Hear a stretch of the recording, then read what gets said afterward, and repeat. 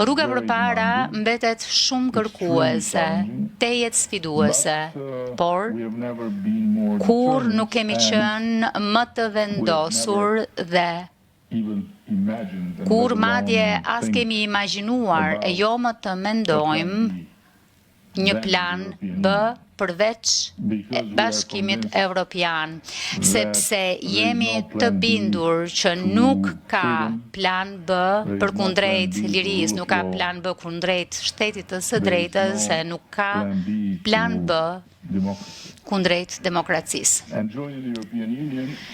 Antarësimi në Bashkimin Evropian është pikërisht kjo, nuk ka të bëjë me hyrje në një organizat, por ka të bëjë me transformimin e shoqërisë nga brenda, ndërtimin e institucioneve që s'kemi patur kurrë, forcimin e shtetit të së drejtës, modernizimin e administratës publike, luftën kundër korrupsionit e krimit të organizuar, e krijimin e një shteti që ju shërben qytetarëve, në vend që qytetarët t'i shërbejnë shtetit.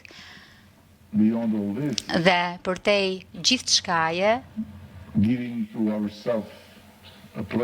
që t'i japim vetes një vend në një hapësirë ku liria, siguria dhe bashkëpunimi janë vlerat e parimet themelore të bashkëekzistencës.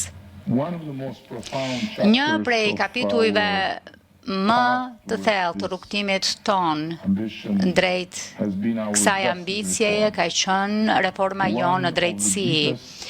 Një prej reformave më të thella e të vështira që ka ndërmarrë ndonjëherë Shqipëria.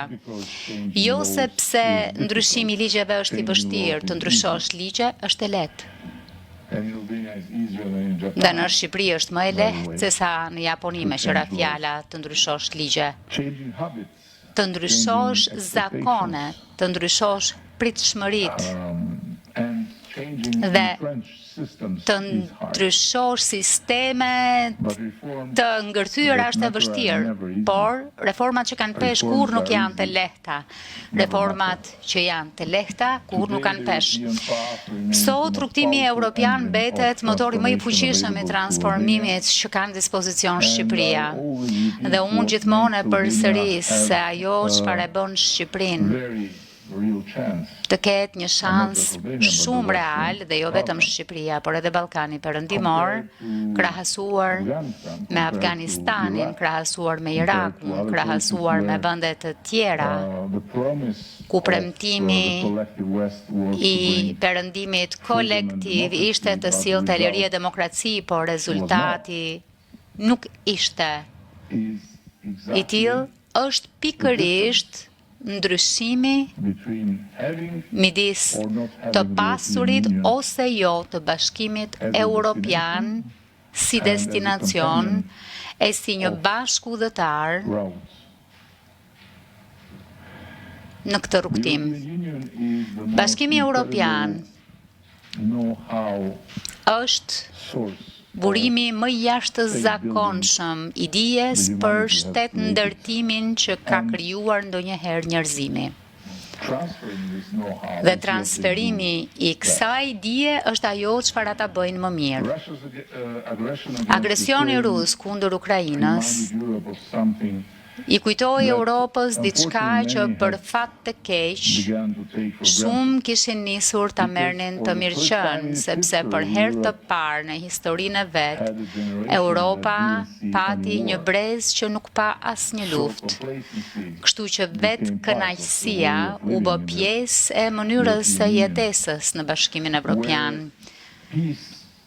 ku paqja në një farë mënyre merrej si e mirëqen dhe e vetëqëndrueshme, ku demokracia shihej si e pakthyeshme dhe siguria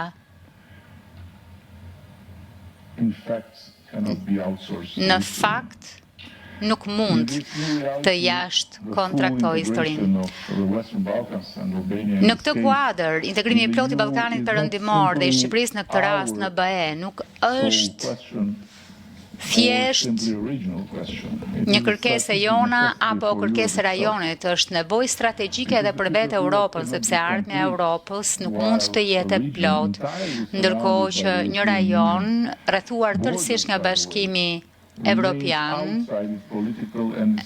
që në kufi të mbetet jashtë arkitekturës politike të Bashkimit Evropian. Shqipëria ka dëshmuar që jo vetëm është partnere e qëndrueshme dhe besueshme, por edhe që e do kaq shumë Bashkimin Evropian që asgjë nuk ja ndryshon mendjen. Ne duam të martohemi, këmbgulim, ne do të martohemi.